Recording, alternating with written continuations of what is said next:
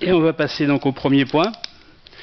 Validation des procès-verbaux des zones d'activité TDM. Et je donne la parole à Nicole. Donc cette validation des procès-verbaux de mise à disposition auprès de Tiers d'Or et Montagne concerne les zones d'activité économique.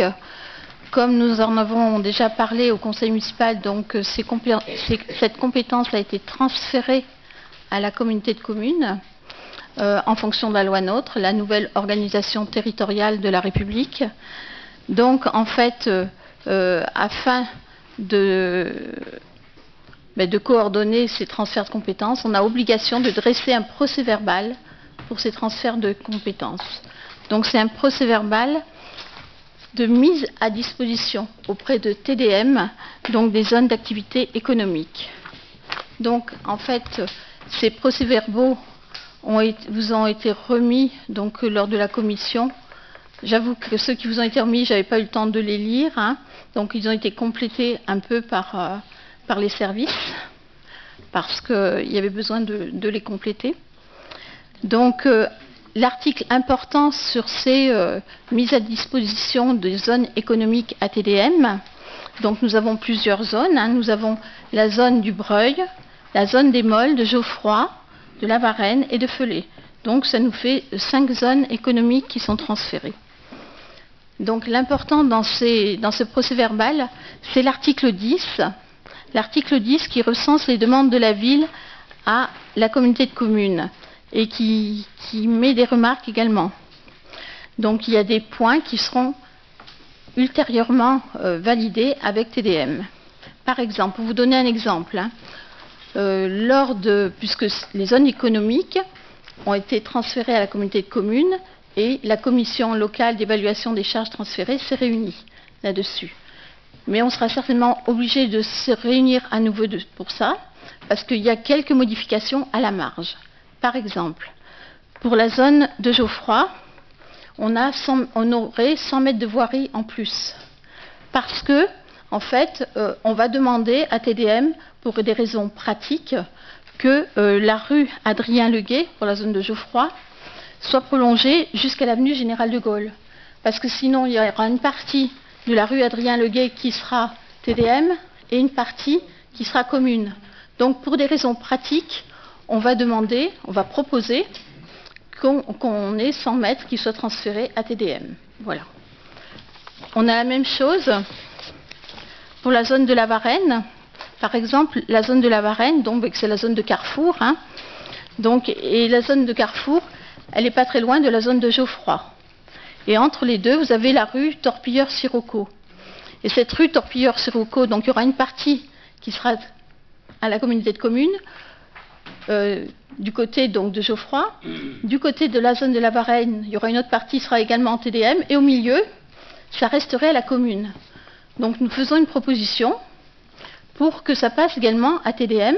Bien sûr, il faudra que ça soit à nouveau collecté. Donc vous faites partie de la CLECT en tant qu'opposition. Donc on aura l'occasion d'en reparler. Et par exemple, là, on a 300 mètres. 300 mètres de voirie qu'on propose de passer à TDM. Je peux vous donner un autre exemple également. Bon, je ne vais pas tous vous les passer, mais enfin, je vous le donne. Par exemple, la zone du Breuil. La zone du Breuil, on a l'avenue du Progrès. Donc la zone du Breuil, c'est la zone de la Foire aux Prés. Donc il y a une partie qui est zone économique, avec Flauserve et les entreprises qui sont là. Et donc, on proposerait que l'avenue du Progrès, à l'inverse, reste à la commune, sur 260 mètres. Parce qu'en fait, après, c'est communal. Voilà. Donc, en fait, c'est ce genre de modification qui est proposé sur le procès-verbal. Il y a bien les établissements Ricornet. Comment ? Il y a bien les établissements Ricornet. Oui, mais c'est pas... D'accord, c'est quelle partie que vous laisseriez à la commune ? Alors, vous voyez où est Flauserve ? Flauserve, yes. Les pompiers. Donc l'avenue du Progrès, en fait c'est la grande avenue qui part donc de l'avenue de la Libération, la route qui monte sur Escoutou. Hein. Donc elle part de la route d'Escoutou qui va sur Escoutou, elle va vers la Foire aux Prés tout droit, vous voyez. Donc c'est cette avenue du Progrès je vois bien où elle est. qui resterait communale. La totalité ? Oui, parce qu'en fait, bon, il y a une partie qui partira à TDM. Oui. Voilà. En fait, c'est vrai que dans ces procès-verbaux, normalement, il y a des plans qui sont annexés. Ouais. Donc, ils ne vous ont pas été donnés. Et Non. c'est vrai qu'au niveau de la clarté, c'est un peu plus compliqué. Même pour moi, Certes. c'était un peu compliqué. Et même pour nous. Voilà. Juste un petit complément. Je veux dire, ces procès-verbaux, on n'a pas l'obligation de les faire voter. Mais ce qu'on souhaite par cette démarche, c'est qu'il y ait une traçabilité des demandes qui ont été faites. Parce que demain, on ne sait jamais.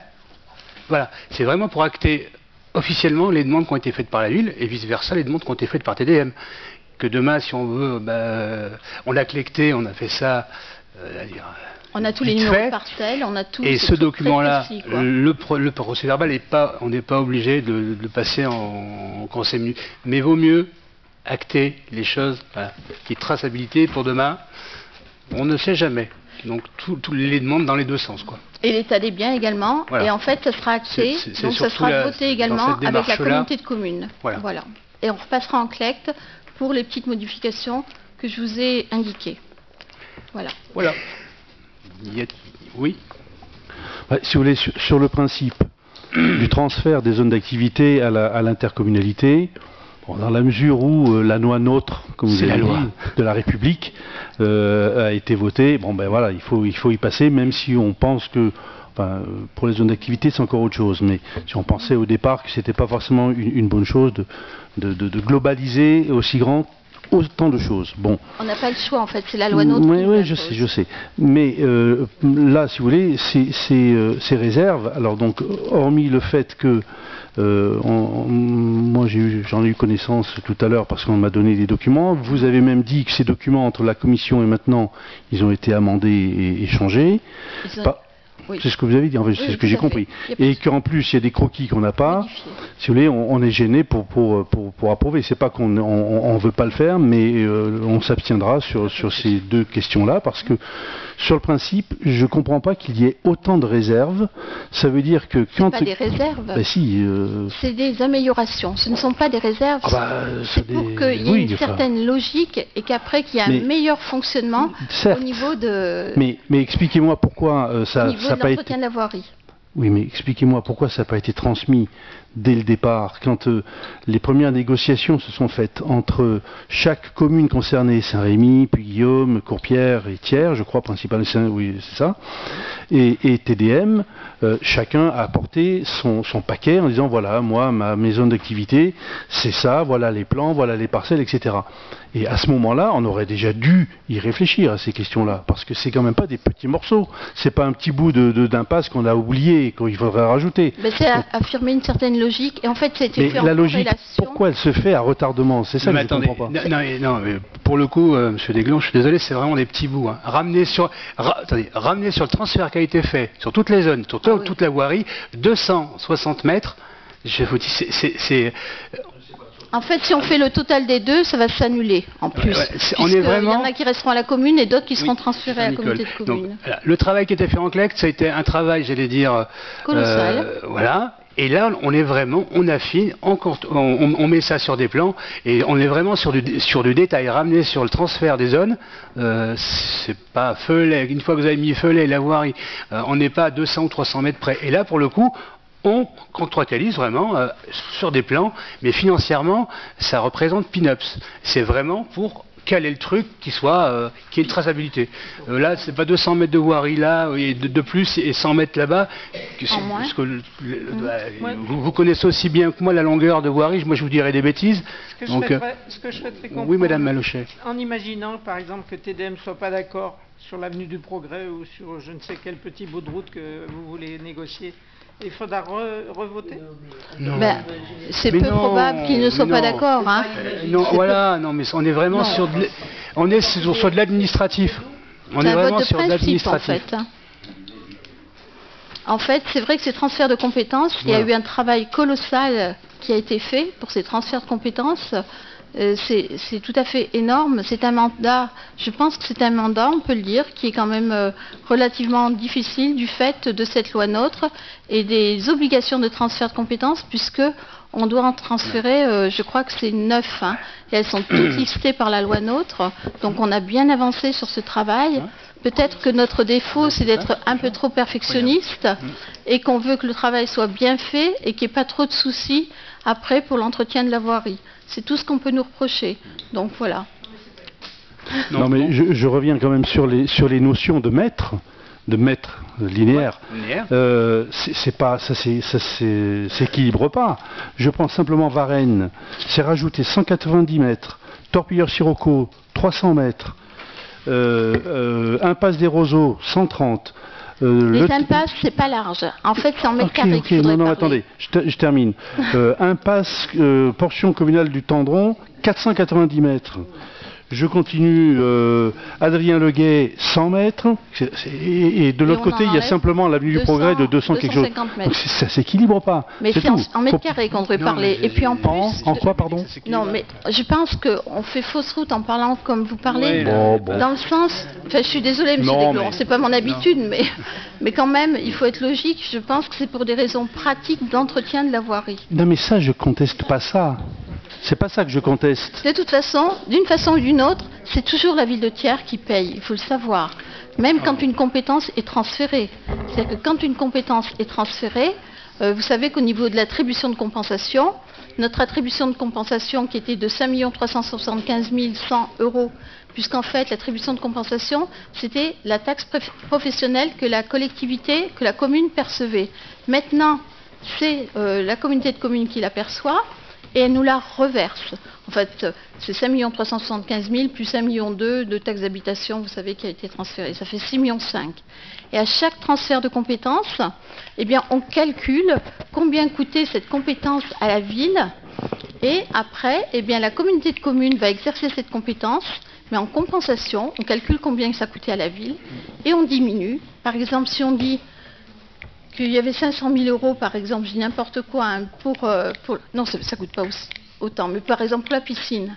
Si on dit que la piscine coûtait 500 000 €, eh bien après, on nous diminuera notre attribution de compensation de 500 000 € pour payer les dépenses de fonctionnement. Quand il y a transfert de compétences, il n'y a pas de transfert de charges à la communauté de communes. Le but, c'est la neutralité budgétaire pour le contribuable. Ce qui paraît logique. Voilà. Donc, voilà. Mais c'est bon, Nicole. Donc, non, mais si vous voulez, on refait pas juste. On refait pas la collecte. Hein. Quand je dis, on est vraiment sur de l'administratif. On remet pas en cause ce qui a été voté. C'est vraiment quoi là. On a fait une collecte. On s'est mis d'accord entre guillemets politiquement. Vous avez assisté au débat. Oui. Voilà, on s'est mis d'accord sur le principe. Et après, ces principes-là, il faut les acter administrativement. Et après, il faut prendre des plans. Voilà, c'est ce qu'on fait aujourd'hui. Les plans, je les aurais pris avant, mais bon, pas après. On les avait, les plans, Monsieur Desglon. Vous étiez, on était à la même commission. On les avait, mais pas tous, non. Les plans, c'est limité aux zones économiques. Voilà. Ok. Bon, enfin voilà. Donc on va pas juste pour dire après, étendre plus le débat. Voilà. On ne refait pas une collecte. On n'a pas les plans, on a eu des documents qui ne sont pas complets là, donc on s'abstiendra. Et on aurait voté contre, mais comme on n'est pas contre le transfert, voilà, on s'abstient. Donc on n'est pas, donc vous voterez comme bon vous semble, mais juste rappeler qu'on ne refait pas une collecte. On est sur une, voilà, non mais après vous faites ce que vous voulez. On est vraiment sur de l'administratif. C'est pas une seconde collecte. Là, voilà, on valide ce qui a été vu en collecte et on affine avec un dossier plus complet administrativement. Donc voilà, et on va passer au vote. Qui est contre? Qui s'abstient? Donc 8 abstentions. Merci. Donc deuxième... Oui, alors on passe au point suivant. Donc on est toujours sur le même principe, mais ce coup-ci c'est l'aire d'accueil des gens du voyage. Et toujours Nicole. Donc c'est exactement le même procédé pour l'aire d'accueil des gens du voyage. Donc là aussi il y a un procès-verbal qui est fait pour acter donc le numéro des parcelles et tout ça. Voilà. Sinon il n'y a rien de spécial pour l'aire des gens du voyage. Il y a une prolongation. C'est après. C'est après, ça, c'est pas, on n'y est pas encore. On est sur les procès-verbaux de la collecte. Donc voilà, même principe. Y a-t-il des questions? Donc on passe directement au vote. Y a-t-il des votes contre? Des abstentions? 8 abstentions. Merci. On passe au point 3. Et pour le coup, là, donc c'est un avenant pour la convention de gestion compétences développement économique, donc zone d'activité. et l'aire d'accueil des gens du voyage. Et toujours Nicole. Donc, comme vous le savez, quand il y a transfert de compétences, normalement, la communauté de communes devrait exercer cette compétence. Mais comme pour l'instant, elle n'a pas encore les moyens matériels et humains pour l'exercer, en fait, c'est la commune de Thiers qui exerce encore cette compétence. Donc, il y a une convention de gestion avec la communauté de communes à cet effet. Et en fait, normalement, elle devait s'arrêter donc au 1er avril 2018, cette convention, c'est-à-dire qu'ils auraient dû exercer eux-mêmes la compétence. Et ils demandent une prolongation jusqu'au 30 septembre 2018. Donc, c'est à la demande de TDM que nous vous demandons de bien vouloir voter cette convention de gestion pour que la commune l'exerce à la place de TDM jusqu'au 30 septembre. Donc une précision, donc il y a les deux, hein, donc il y a l'aire d'accueil des gens du voyage et les zones d'activité dont on vient de parler. Donc voilà, je vais demander de prolonger la convention. Y a-t-il des questions? Des votes contre? Des abstentions? Merci. On arrive au tableau des effectifs. Donc on vous l'a remis sur votre bureau. Au 1er mars, donc il y a eu la création de 24 postes. Donc c'était suite à la CAP. Dans le même temps, en face, vous avez 24 suppressions. Donc je ne vais pas vous énumérer les. Donc on en a créé 24 pour les promotions des avancements de grade. On en a supprimé 24. Et au 1er avril, on a créé donc 2 postes, un poste d'adjoint technique à temps complet et un poste d'adjoint administratif à temps complet. Je vais vous expliquer pourquoi. On avait fin mars, on avait 12 postes vacants. Ces 12 postes vacants, il y en a, c'était donc aussi, je vous fais l'historique, on avait créé une dizaine de postes, c'était pour remplacer nos fameux 28 contrats aidés qu'on avait décidé à enveloppe constante de les basculer sur des contrats, entre guillemets, de contractuels. Il y en a 9 qui arrivent à échéance au mois de mai, donc sur les 12 qui sont toujours vacants, il y en a 9 qui vont être pourvus ce mois-ci. Il y en a 2 qui ont été pourvus au mois d'avril. C'est pour ça qu'on en a créé 2 de plus, pour toujours en avoir 2-3. Comme vous le savez maintenant, le percepteur demande qu'il ait des livres, il demande des comptes pour tout, pour les heures supplémentaires, pour les créations, pour les embauches. Donc si vous regardez aux emplois budgétés au 31, équivalent temps plein, on en avait 276 à fin mars, au 31 mars. On en a créé 2, mais il y en a 2 qui ont été pourvus courant avril. Et on se retrouve au 30 avril avec toujours la même chose, nos 12 postes vacants, budgétés 278 et occupés et pourvus 266. Mais comme je viens de vous le dire, les 12 postes, courant mai, il y en aura 9 qui vont être pourvus. Il nous restera 3 postes vacants qu'il nous faut toujours d'avance pour pouvoir répondre à un remplacement en cas d'urgence pour une maladie et des personnes dont on ne peut pas se passer. Donc voilà. Y a-t-il des questions à ce sujet-là, Monsieur Vatin? Vous allez connaître. Bah oui, je les connais, allez-y. La question que je pose à chaque fois, c'est est-ce que vous pouvez faire apparaître le nombre de personnes qui sont détachées à TDM? Alors, je vais vous répondre pour la... Non, mais c'est pas sur le tableau. Non, je vous ai dit que sur le tableau, c'était pas possible. Déjà qu'il est... Alors, je sais pas si du coup, je vous le montre au public. Le tableau, il est indigeste, ce tableau. Si dessus, vous rajoutez encore des colonnes, je vous ai rajouté, vous m'avez une demande légitime, de ramener ça en nombre de personnes physiques. Celle-ci me semblait légitime mais intéressante, on l'a rajouté. Mais rajouter un tableau pour des mouvements où il n'y en a quasiment pas. Depuis le début de l'année, il y a eu 2 mouvements. Il y a eu 2 transferts de la commune de la ville de Thiers à TDM. C'est les 2 agents de PARE. Je pense à l'avenir, il y en aura beaucoup plus, j'espère. Et d'ici la fin de l'année, il va y en avoir 7 au 1er juillet. 7 sur 300 et quelques. Alors, rajoutez encore 4 colonnes. Sérieux, voilà. On vous les mettra, comme je vous l'ai déjà dit. On vous mettra, dès qu'il y aura un transfert, un petit commentaire sous le tableau et qu'on alimentera au fil de l'eau. Mais rajoutez encore 3 colonnes ou 4 colonnes pour encore polluer ce tableau qui est vraiment indigeste. On a essayé de le simplifier au mieux. Voilà, je vous fais la même réponse la dernière fois. On le fera pas. parce que c'est vraiment indigeste. Voilà. Je vous reposerai peut-être la même question. Et je vous ferai la même réponse, monsieur Vatin. Y a-t-il d'autres questions? On va passer au vote. Y a-t-il des oppositions? 8 oppositions. Des abstentions? Merci. Point 5. Encore monsieur Mefta. Donc, mise à disposition de personnel de la commune de Thiers à TDM ou vice-versa. Alors, nous avons aujourd'hui actuellement 2 personnes de TDM qui sont affectées en partie à la ville de Thiers. Donc, il y a un agent qui est affecté à 50% à la ville de Thiers. Donc, c'est service urbain, monsieur Jacques Devine, pour ne pas le nommer, hein, qui travaille, donc qui est salarié TDM, qui est agent TDM, mais qui est affecté à 50% sur la ville de Thiers. Le deuxième agent, on va toujours pas le nommer, c'est Julien Goubli, qui est à l'économie, qui est agent TDM, mais qui travaille sur des gros dossiers qui concernent la ville de Thiers uniquement, comme par exemple Thiers 2030. C'est un dossier qu'il a démarré, et on souhaitait dans la continuité l'intérêt de tout le monde qu'il le poursuive. Donc il a mis à disposition à hauteur de 20% à la ville de Thiers. Et nous avons à l'inverse des agents de la ville de Thiers qui sont mis à disposition à TDM.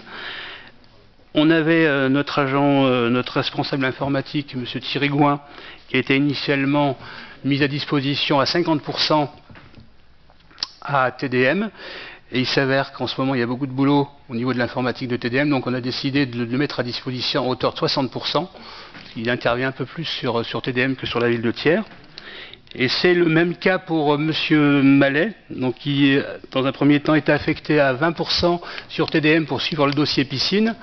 Et comme le dossier piscine arrive dans sa phase pré-opérationnelle, pour pas dire opérationnelle, ça lui demande beaucoup de temps, donc on va le mettre à disposition à hauteur de 50% au niveau de TDM. Voilà les mises à disposition, 2 dans un sens, 2 dans l'autre, pour le personnel. Voilà. Y a-t-il des questions? Monsieur Vatin? On va voter oui.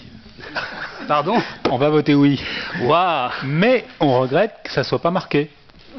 Et ça rejoint la question d'avant. Non, c'est tout. Attends, voilà. Oui. C'est une mise à disposition. Oui, mais c'est une boutade. Voilà. Non mais, enfin bon, vous m'avez compris. Oui, mais voilà. Y a-t-il des oppositions? Des abstentions? Merci.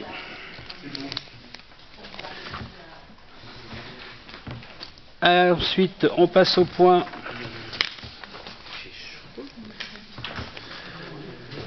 Au point 6, garantie d'emprunt. Et je passe la parole à Marie-Noël pour le point 6. Oui, c'est ça. Bon. Non, c'est moi qui... Je passe la parole à Marie-Noël. C'est ce que je veux. Voilà. Donc, il est demandé d'accorder la garantie de la commune à...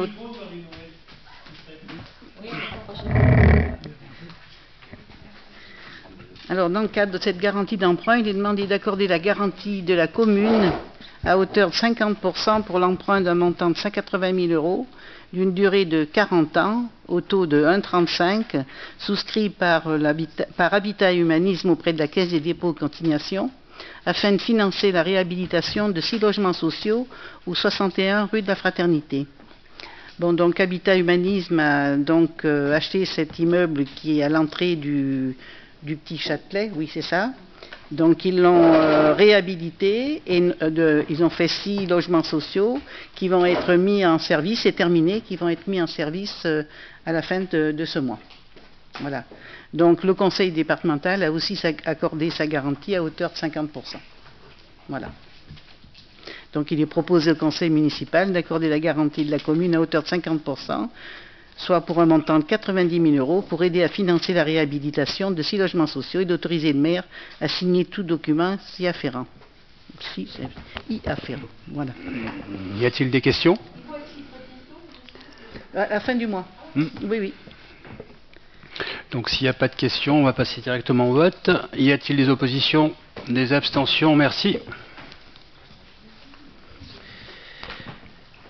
Point 7, demande de subvention. Madame Géry.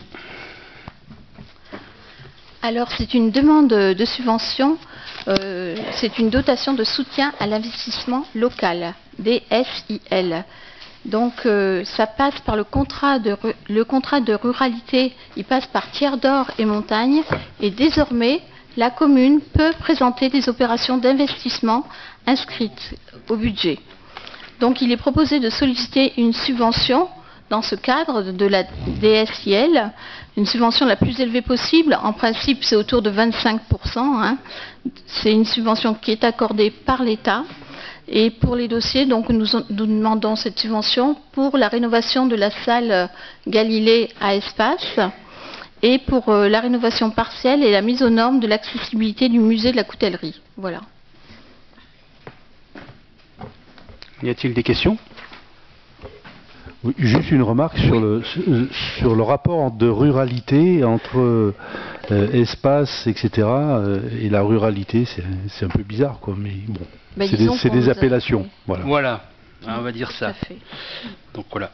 Y a-t-il des questions? Non. Donc on va passer directement au vote. Des votes contre? Abstention? Merci.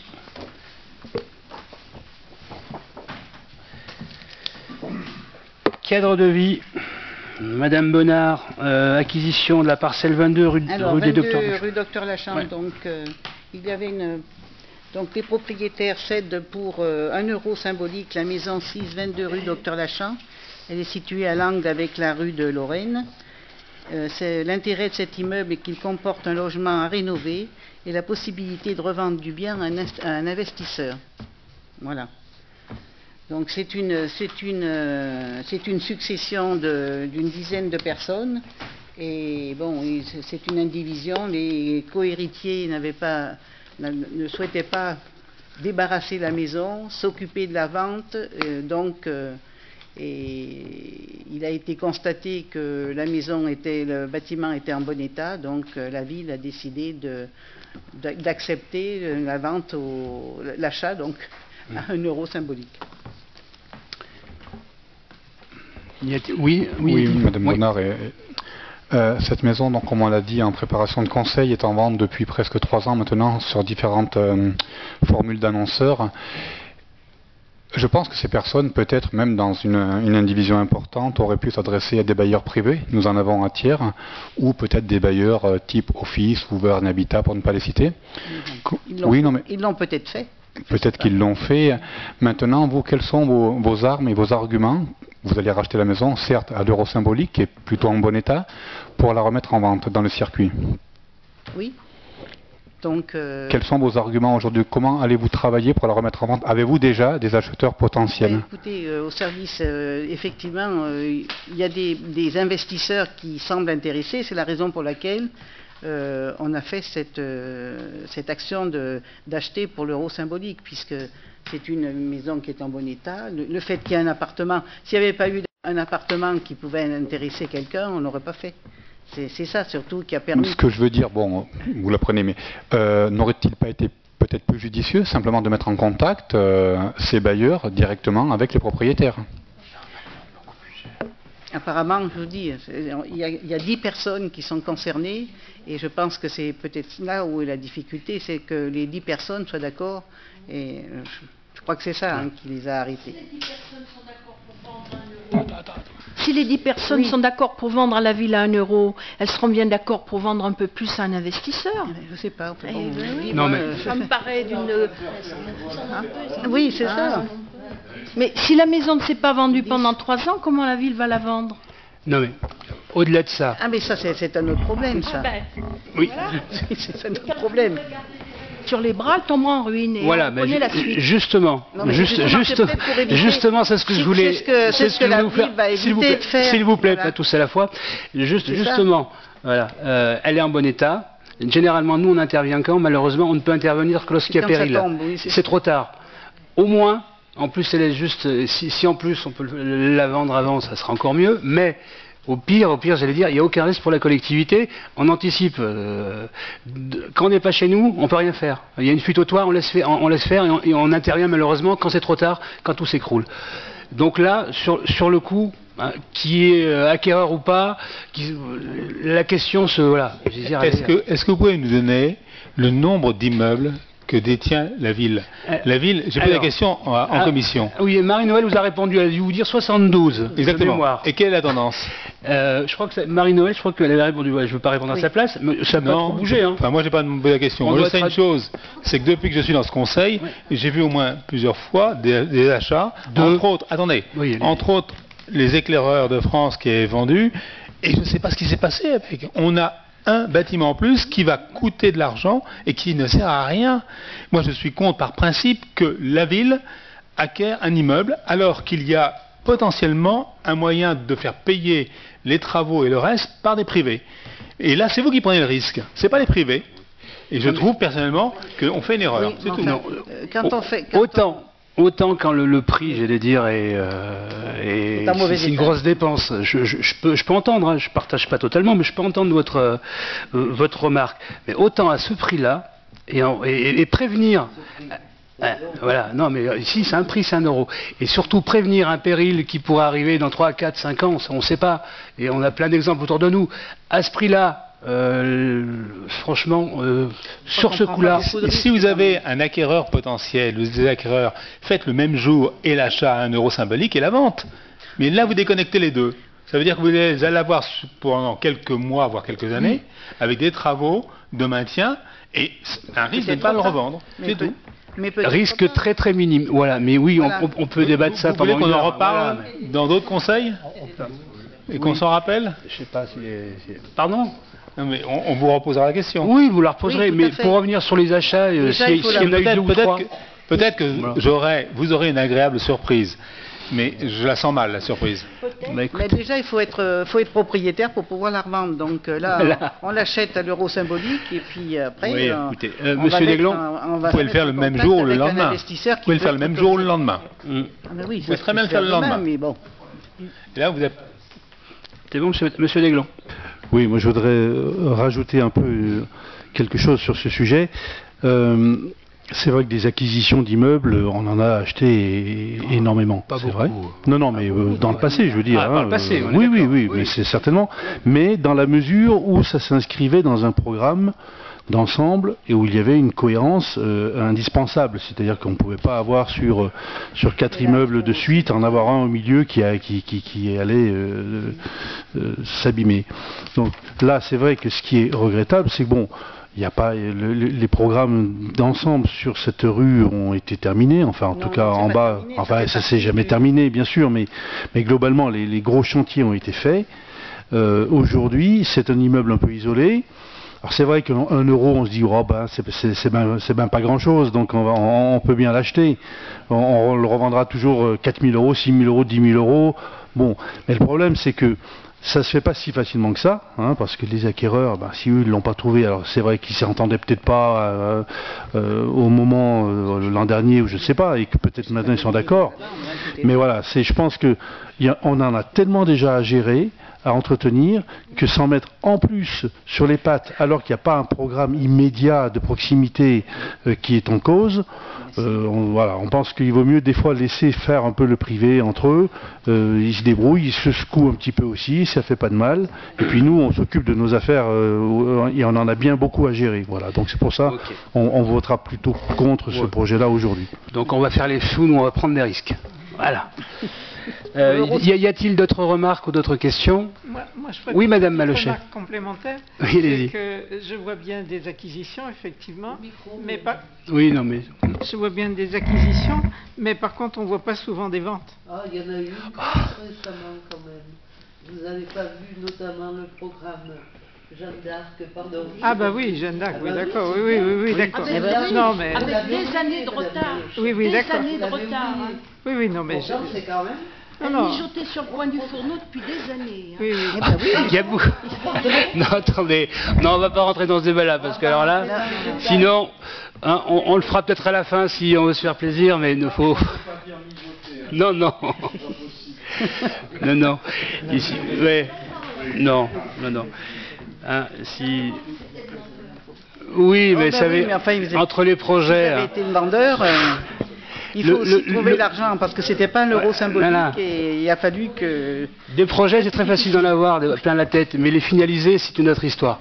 Des petits bouts de dessin, machin, il n'y a pas de souci. Mais aller jusqu'au bout de la démarche, c'est très compliqué. Ok, donc on passe, s'il n'y a plus de remarques, on va passer au vote. Donc y a-t-il des votes contre? 8. Des abstentions? Merci. Donc on va presser l'acquisition. Alors là aussi, on fait encore des frais, puisqu'on va acheter donc un terrain pour l'euro symbolique qui se situe avenue Joseph Clossat. Alors là aussi, c'est un terrain qui est en surplomb de l'avenue Joseph Clossat, qui nous demande beaucoup de... La personne qui est propriétaire de ce terrain n'a pas les moyens de l'entretenir. Elle est maintenant sous tutelle et elle est dans une maison de santé ou dans un EHPAD. Conclusion, plutôt que de l'entretenir et qu'elle ne puisse pas nous payer, on en a préféré donc acquérir le bien pour l'euro symbolique, ce qui nous permettra de l'entretenir et de pouvoir après peut-être faire des jardins, par exemple, des jardins partagés. Voilà la raison pour laquelle on l'a acquis, c'est que ça nous coûte de l'argent alors qu'on n'en est pas propriétaire là aussi et qu'on ne peut rien faire avec. Sinon, voilà. Y a-t-il des remarques ou des questions? Là, je pourrais pas t'aider là. Un marino. C'est des rochers là-bas. Oui, c'est ça. Voilà, mais que après, ça. Il y a un terre-plein sur le dessus et c'est là où il peut être fait des jardins. Oui, voilà, c'est ça. Oui, moi je poserais bien une petite question, puisque j'avais vu ça en commission, donc j'ai été informé. Mais je me disais, les voisins du dessus qui ont des jardins, on les a questionnés s'ils voulaient poursuivre leur jardin jusqu'au bord de la route, là, à la limite, chaque riverain du dessus aurait pu acquérir pour un euro symbolique un terrain qui... Oui, c'est pas anodin, là, franchement. Je dis, quand on regarde le plan sur le cadastre, là, qui est en diapo, on peut voir que les propriétaires du dessus, ils ont déjà des grandes parcelles. Donc je pense qu'en avoir un peu plus les intéresse pas. Si c'est pour l'euro symbolique. Oui, Stéphane, s'il vous plaît. Stéphane.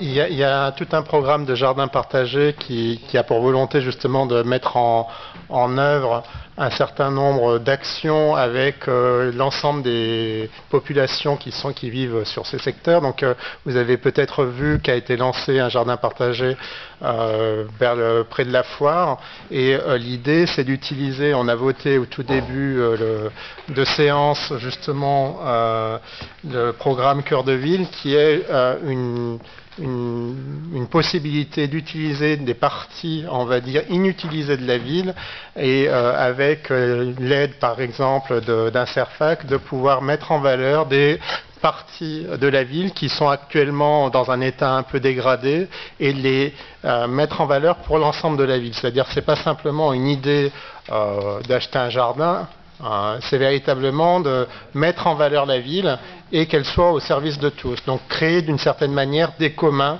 au sein de la ville et permettre ainsi à la fois des relations sociales au travers des jardins et une mise en valeur de partie peu esthétique de la ville. Voilà. Oui.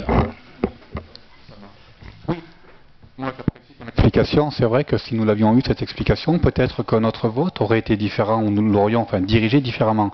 Moi je trouve très intéressant. S'il y a un vrai projet derrière, oui, je dis oui. Enfin, nous disons peut-être oui, je ne sais pas, mais on a besoin aussi en pré-réunion d'avoir ce type d'explication. C'est important pour nous. Effectivement, mais bon, je l'avais pas. Je savais qu'on pouvait faire des jardins, mais j'avais pas le service apparemment. Je savais pas la façon dont ça doit être fait. Ça. Je m'excuse pour Marie-Noël, c'est moi qui suis à l'origine, qui surveille un peu plus ce dossier, donc j'étais pas à la commission de Marie-Noël. Et effectivement, il y a une réflexion d'ensemble, alors pas simplement sur les jardins partagés, mais qui est portée par Sylvie Barros, qui est responsable de l'économie sociale et solidaire au sein de la ville d'Othières, et de réflexion sur l'ensemble de la vallée des usines en particulier, pas que la vallée des usines, mais justement avec une volonté de créer des choses qui actuellement n'existent pas. Et l'idée, c'est on a à la fois des possibilités de financement avec Cœur de Ville, et de l'autre, on a des défis à relever pour rendre un peu plus attractive notre ville qu'elle ne l'est actuellement. Voilà. Et pour terminer, pas forcément pour des coûts par eux-mêmes qui sont très importants. C'est aussi ça l'idée. Oui. Oui, moi je voudrais poser une question complémentaire. On peut avoir le nom du propriétaire actuel de ce terrain?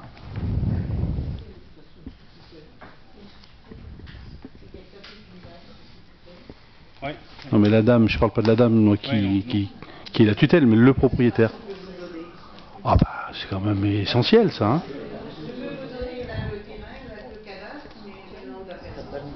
Bah bon, ça c'est nouveau ça. Qu'on peut pas savoir qui vend à la ville. Oh bah pouf. Bon. Enfin, moi ce qui me semble, est-ce que cette personne a une succession, a des héritiers?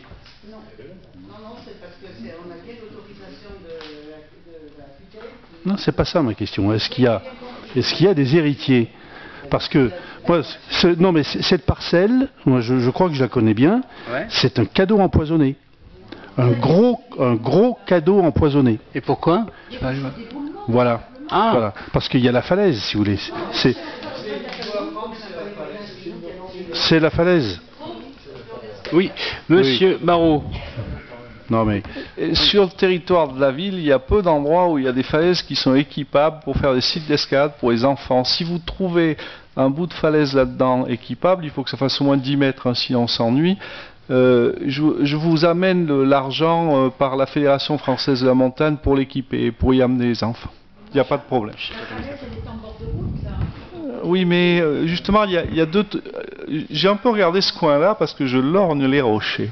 Et il y a des bâtiments qui sont de peu d'intérêt collés contre des falaises, mais qui laisseraient la place pour aménager, pour avoir sur la commune un site d'escalade où il n'y en a absolument aucun. Ouais, je confirme, je complète quand même en disant que on a vécu des moments de risque d'éboulement, et il y en a eu d'ailleurs où il fallait consolider, nettoyer, purger des mètres linéaires de falaises, et ça coûte une fortune. Alors moi je voudrais bien qu'on vérifie s'il n'y a pas des héritiers, parce que s'il y a des héritiers, c'est pas à la ville à supporter ça. Je veux dire, alors, on a tellement d'autres choses à supporter que quand il y a des gens qui ont des biens, bah, c'est des successions, c'est des héritages, peu importe, ils doivent les assumer, parce qu'on peut pas tout assumer. Et ça, refaire 20 mètres de linéaire ou 30 mètres de linéaire de falaise, c'est 200, 300, 400 000 euros. Hein. C'est pas rien du tout. Oui, voilà, donc comme me souffle Stéphane à l'oreille, un héritage qui a vraiment un risque, ça peut se refuser aussi. Donc, c'est Stéphane qui me le souffle dans l'oreille. Peut-être, mais voilà. C'est pas forcément à la ville à l'assumer. Y a-t-il d'autres? Voilà. Donc on en revient toujours. Voilà. Oui, on le fera, mais on se retournera vers les héritiers. On leur amènera la facture. Ah bah oui. Non. Oui, mais certes, mais il vaut mieux faire ça que de ne pas le faire. On est en train de se faire, on ne sait pas si c'est des héritiers, on ne sait pas, voilà. Donc on va arrêter, voilà. Donc ouais. Ce qui vous est proposé... Voilà. Attends, tu permets ce qui vous est proposé... Oui, Marino. Monsieur Desglands, j'aimerais bien, justement, quand on fait une commission, ces questions, vous auriez pu les poser en commission, on aurait pu se renseigner et vous donner la réponse aujourd'hui en séance du conseil municipal. Donc c'est regrettable de se trouver dans cette situation. Voilà. Donc, oui, mais enfin bon, la réunion de la commission elle s'est faite lundi. Et lundi, moi j'étais en vacances. Je prends une semaine de temps en temps, donc voilà, ça tombe comme ça. Non, ou vendredi, je sais plus. Oui. Ok. Donc, y a-t-il encore des remarques? S'il n'y en a pas, on va passer au vote. Y a-t-il des oppositions? Des abstentions? 8. Merci. Le point suivant, donc on passe au point après, donc on a le déclassement du domaine public chez Bétan et la vente de la parcelle à la personne. Alors un habitant du hameau de chez Bétan souhaite acquérir une partie de domaine public au lieu dit chez Bétan d'environ 54 mètres carrés qui est enclavée dans sa propriété. Alors cette partie n'assure pas de fonction de desserte ni de circulation. Le déclassement se fait donc sans enquête publique. Donc il est demandé au conseil municipal d'approuver le déclassement d'une partie du domaine public d'une emprise d'environ 54 mètres carrés. Ensuite, on va le faire en même temps, il y a la vente de cette parcelle. Donc l'habitant en question souhaite faire l'acquisition de cette parcelle qui est enclavée dans sa propriété. Cette acquisition lui permettrait de régulariser une situation entière d'une partie de sa cour intérieure qui est donc faite, qui est sur le terrain communal, avec un projet. Et il souhaite effectivement vendre son bien. C'est la raison pour laquelle il veut acquérir ce morceau de domaine public. Alors les domaines estiment la parcelle à 10 € le mètre carré, ce qui fait que la vente issue de cette parcelle du domaine public de 54 mètres carrés au prix de 10 € permettra d'avoir donc une recette de 540 € et le propriétaire prend à sa charge donc le règlement du document d'arpentage ainsi que l'acte notarié et on demande à monsieur le maire de signer l'acte notarié correspondant. Voilà. Y a-t-il des remarques ou des questions? On passe au vote. Y a-t-il des oppositions? Des abstentions? Merci. Pour les deux, oui. On passe donc directement au point 12. Lotissement du parc de la Roche. Voilà. Le prix de vente du lotissement de la Roche. On fixe le prix de vente des lots. Donc les travaux du lotissement sont engagés et devraient se terminer cet été. Afin de pouvoir commencer la pré-commercialisation des lots, il est nécessaire d'en fixer le prix. Alors, il est proposé un prix de base de 59 € le mètre carré avec une triple pondération en fonction de la surface du lot, de sa situation et des contraintes de chaque lot. Un tableau de prix pour chaque lot est donc établi et sera intégré à la délibération. Donc, voilà. Alors, Donc, y a-t-il des questions, des remarques concernant la proposition qui vous est faite à 59 € de moyenne? Parce qu'il y a plusieurs critères, hein. L'emplacement, la taille, donc ça fait une moyenne de 59 €. Oui, Yves? Oui, est-ce que vous avez, à travers les salons, déjà fait un peu de communication, à travers des maquettes? Oui, au moment du salon de l'habitat, on a même reçu des personnes qui étaient intéressées, même des courriers. Oui, et puis il y a une dizaine de personnes qui nous ont déjà écrit pour nous demander ce qu'il en était, et on va faire une réunion prochainement. Extérieur à Thiers? Oui, Clermont-Ferrand. Et à l'extérieur aussi. Oui. Oui. Et donc il y avait sur ce projet-là un cahier des charges quand même assez étoffé, on va dire. Oui, voilà, tout à fait. Donc vous continuez toujours sur cette idée d'offrir quelque chose de qualité, de différent de ce que l'on a. De ce qu'on a pu trouver jusqu'à présent. Et donc, c'est un écoquartier qui se fait là-haut. Absolument. Voilà. On avait beaucoup travaillé dessus, et j'espère que vous continuerez. J'espère, oui, moi aussi. J'espère surtout c'est quand même un lotissement de 30 lots et qu'on n'aura pas trop de difficultés pour le vendre. C'est d'ailleurs la raison pour laquelle on a fixé à moins de 60 €, parce qu'on s'est rendu compte que certains... Non, bon. Non, Yves, non. Vous aviez travaillé dessus. Je pense qu'on se souvient de ce dossier qui était à l'arrêt total parce que vous n'arriviez pas, rappelez-vous quand même, rappelle-toi, à avoir la finalité. D'ailleurs, nous avons couru longtemps pour avoir le petit morceau de terrain, n'est-ce pas, Marie-Noël, tout à fait. Qui nous manquait pour ce lotissement. Alors, je veux bien, parce que j'ai lu une certaine prose qui est sortie il n'y a pas très longtemps dans les rues, que vous avez tout fait avant qu'on arrive, mais un petit peu de modestie, s'il vous plaît. Simplement que nous avions bien travaillé avec le bureau d'architectes, nous avions bien élaboré un projet qui sortait un peu du lotissement, et je pense que vous avez repris un travail qui était en cours, bien entendu, et nous l'espérons vraiment se faire au meilleur. On n'a pas repris, on a fait un nouveau...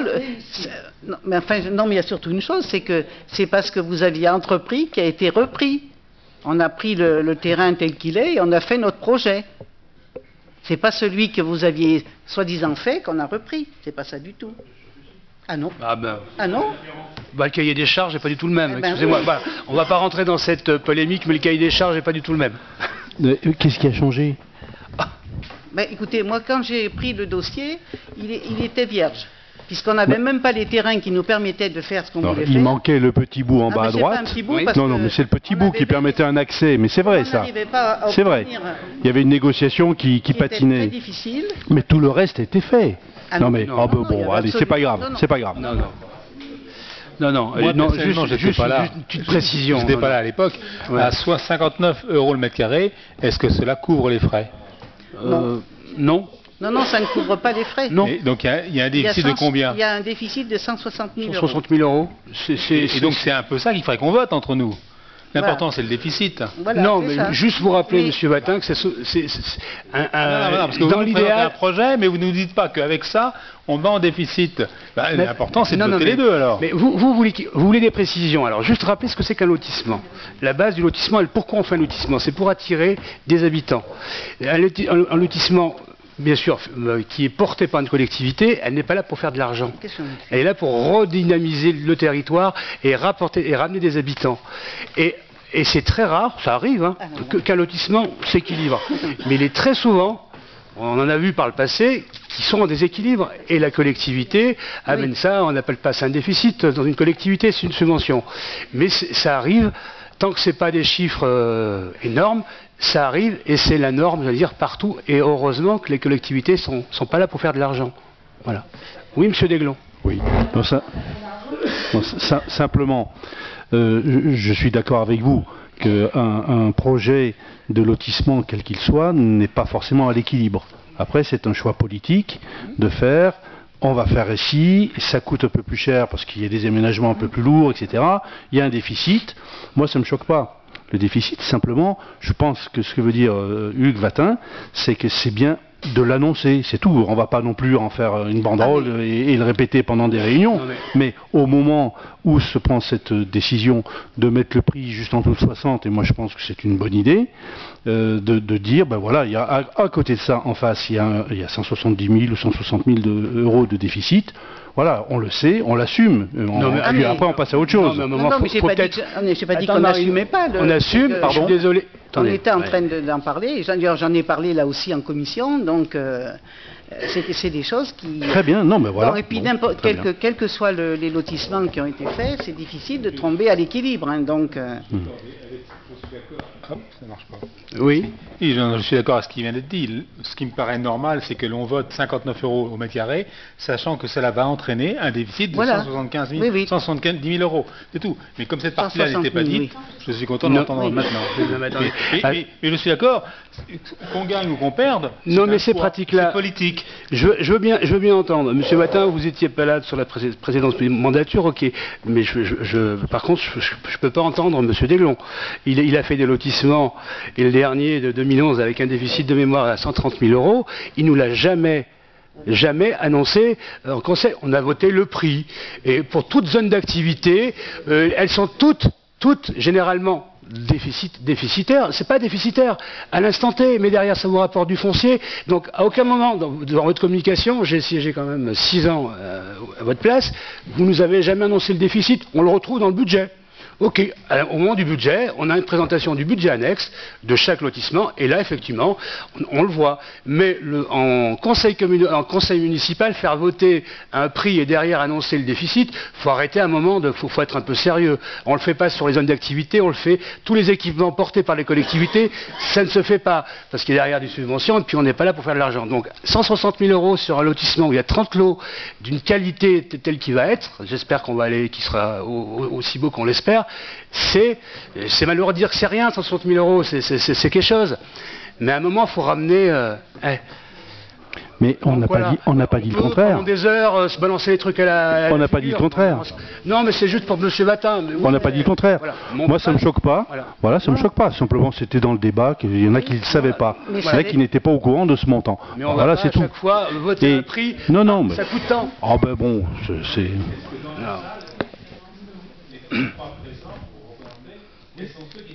Qui étaient au courant qu'il y avait un déficit. Nous. Non, mais attendez, on ne va pas répondre. Attendez, non, stop, on va arrêter. Non, Monsieur Vatin, on n'est pas à l'école non plus. Hein.